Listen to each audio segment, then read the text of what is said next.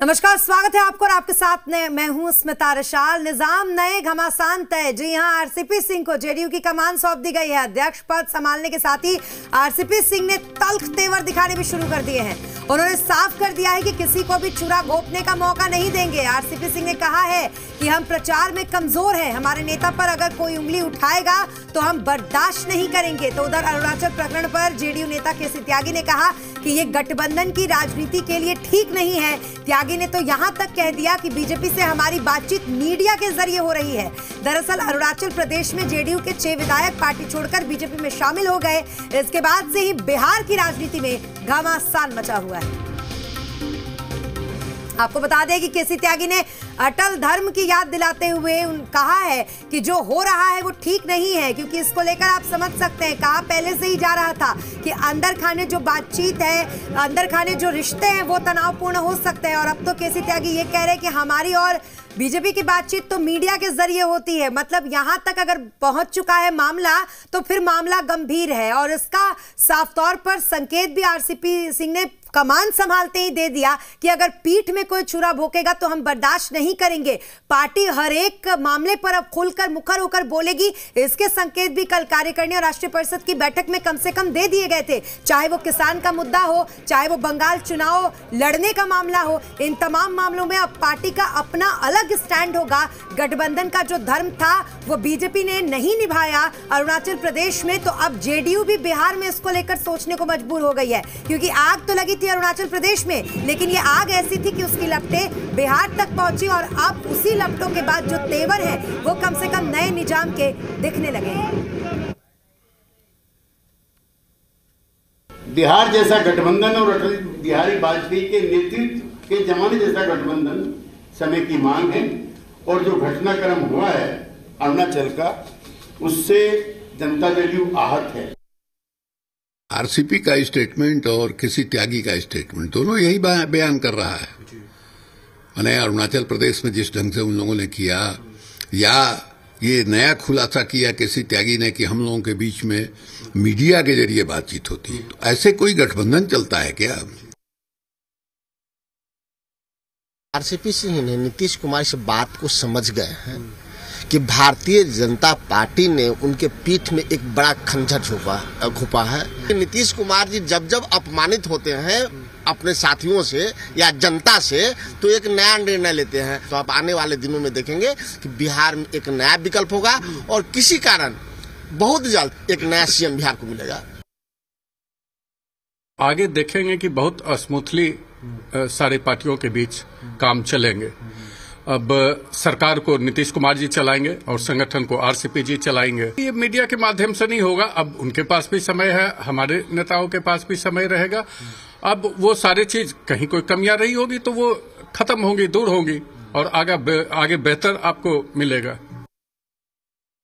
Doctor Shri Krishna Singh के बाद अगर सबसे लंबी अवधि तक किसी भी राजनीतिक व्यक्ति को अगर नेतृत्व प्रदान करने का मौका मिला तो वो है माननीय नीतीश कुमार जी। और बिहार की जनता ने उनको असीम प्यार दिया। मुझे लगता है कि उनके बारे में जो भी भ्रामक बातें कोई भी पार्टी कर रही हो, मुझे लगता है उससे परहेज करना चाहिए। ऐसे व्यक्ति बहुत कम ही राजनीति में मिलते हैं। अच्छा, जब भी इस तरीके से अलायंस होता है और अलायंस के बाद जब सरकार बनती है तो जो विरोधी होते हैं वो पहले से कयास लगा रहे होते हैं कि बड़ा जल्दी खटपट होने वाला है, लेकिन इतनी जल्दी खटपट हो जाएगा और वो भी इस तरीके से खटपट होगा, ये किसी ने नहीं सोचा होगा। हमारे साथ हमारे संवाददाता आशुतोष जुड़ गए, ज्यादा जानकारी के लिए उनके पास चलेंगे। आशुतोष, निजाम बदल गए हैं तो निजाम के साथ तेवर भी बदला है। इस नए तेवर में क्या नया अब आगे?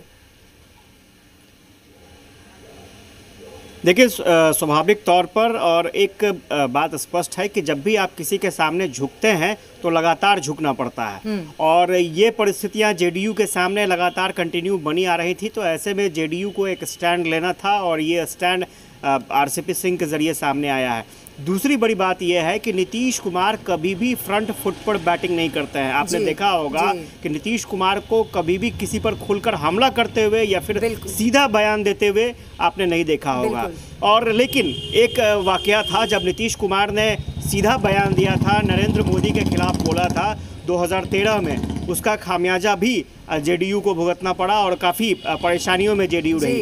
इसलिए नीतीश कुमार हमेशा बैकफुट पर रहते थे, लेकिन जब से वो राष्ट्रीय अध्यक्ष बने स्वाभाविक तौर पर उन्हें फ्रंट फुट पर आकर के सब चीज़ करना होता और ऐसे में काफ़ी कठिनाइयों का सामना उन्हें करना पड़ा। और इस बात का एहसास तब उन्हें हुआ जब वो राष्ट्रीय अध्यक्ष के रूप में कामकाज देख रहे थे। स्वाभाविक तौर पर जब आप राष्ट्रीय अध्यक्ष होते हैं तो अपनी पार्टी के लिए भला या बुरा सब चीज़ खुलकर बोलना पड़ता है, जो नीतीश कुमार के स्वभाव से बिल्कुल इतर था। तो उन्हें एक ऐसे चेहरे की जरूरत थी कि चेहरा भले ही सामने कोई हो और उसके जरिए अगर उन्हें कुछ करवाना हो तो वो कुछ करवाएं, लेकिन फैसला उन्हीं का होगा। तो अब जिस तरह से आरसीपी सिंह, आपने देखा होगा कि अरुणाचल के मामले में नीतीश कुमार सीधा सीधा बोलने से बचते हुए नजर आए, लेकिन आरसीपी सिंह जैसे ही आते हैं उन्होंने धड़ाक से बोल दिया कि भाई ये गलत हुआ है, गठबंधन धर्म के खिलाफ हुआ है। तो आने वाले समय में बीजेपी पर इसी तरह की प्रेशर पॉलिटिक्स बनाई जाएगी। नीतीश कुमार भले ही खुलकर नहीं बोलेंगे, लेकिन आरसीपी सिंह खुलकर बोलेंगे, क्योंकि वो राष्ट्रीय अध्यक्ष हैं। उन पर कोई ये दबाव नहीं है कि वो गठबंधन को साथ लेकर चलें या फिर किसी तरह से मेल मिलाप बनाकर चलें। उनके लिए पार्टी अहम है, लेकिन जो है वो काम करेगी क्या? देखिए, केसी त्यागी ये कह रहे हैं कि हमारी बातचीत जो है वो मीडिया के जरिए हो रही है। अगर बातचीत मीडिया के जरिए होने लगे तो फिर स्थिति कैसी होगी अंदर खाने, ये समझा जा सकता है। इस बीच अगर प्रेशर बनाने की बात अगर जेडीयू करती है, इस तरीके की मंशा जेडीयू रखती है, तो क्या कामयाब हो पाएगी क्या बीजेपी पे? देखिए, 2015 का चुनाव सबने देखा है। एक तरफ बीजेपी थी, एक तरफ प्रधानमंत्री नरेंद्र मोदी थे, दूसरे तरफ लालू प्रसाद यादव और नीतीश कुमार थे। सीधा कास्ट कॉम्बिनेशन के आधार पर वोटिंग हुई और बीजेपी को कड़ी हार का सामना करना पड़ा। तो इस बात का एहसास बीजेपी को भी है कि अगर सियासी समीकरण बदलते हैं तो उसका नुकसान उसे भी उठाना पड़ सकता है। और यही वजह है मैंने कहा कि अब प्रेशर पॉलिटिक्स चलेगी। और ऐसा नहीं है, अगर बीजेपी ये सोच रही है कि सिर्फ उसी के हिसाब से, उसी के स्ट्रैटेजी से सब चीज़ होगा, तो वो कतई संभव नहीं है। खासतौर से जो मैंडेट आया है, उस मैंडेट में नीतीश कुमार जिधर रहेंगे सरकार उसी की बनेगी। और ये कोई और नहीं, कांग्रेस के बड़े नेता इस विषय में बोल चुके हैं। दिग्गज जो है वो राजनीतिक पॉलिटिकल विशेषज्ञ वो बोल चुके हैं कि नीतीश कुमार जिधर रहेंगे सरकार उसी की तरफ बनेगी। तो ऐसे में नीतीश कुमार एलिमेंट है, इसको इनकार नहीं किया जा सकता। अगर बीजेपी कुछ अलग हटकर करना चाहती है तो हो सकता है उसका खामियाजा भी बीजेपी कहीं और भी हो रहा है।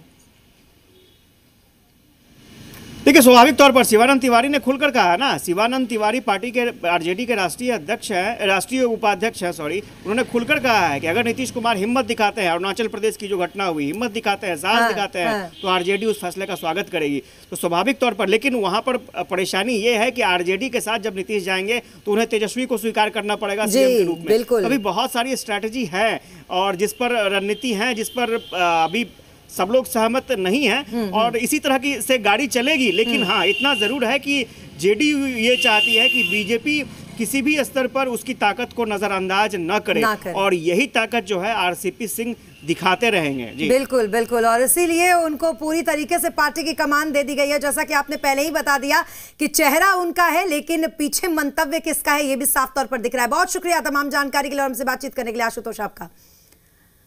और अब बात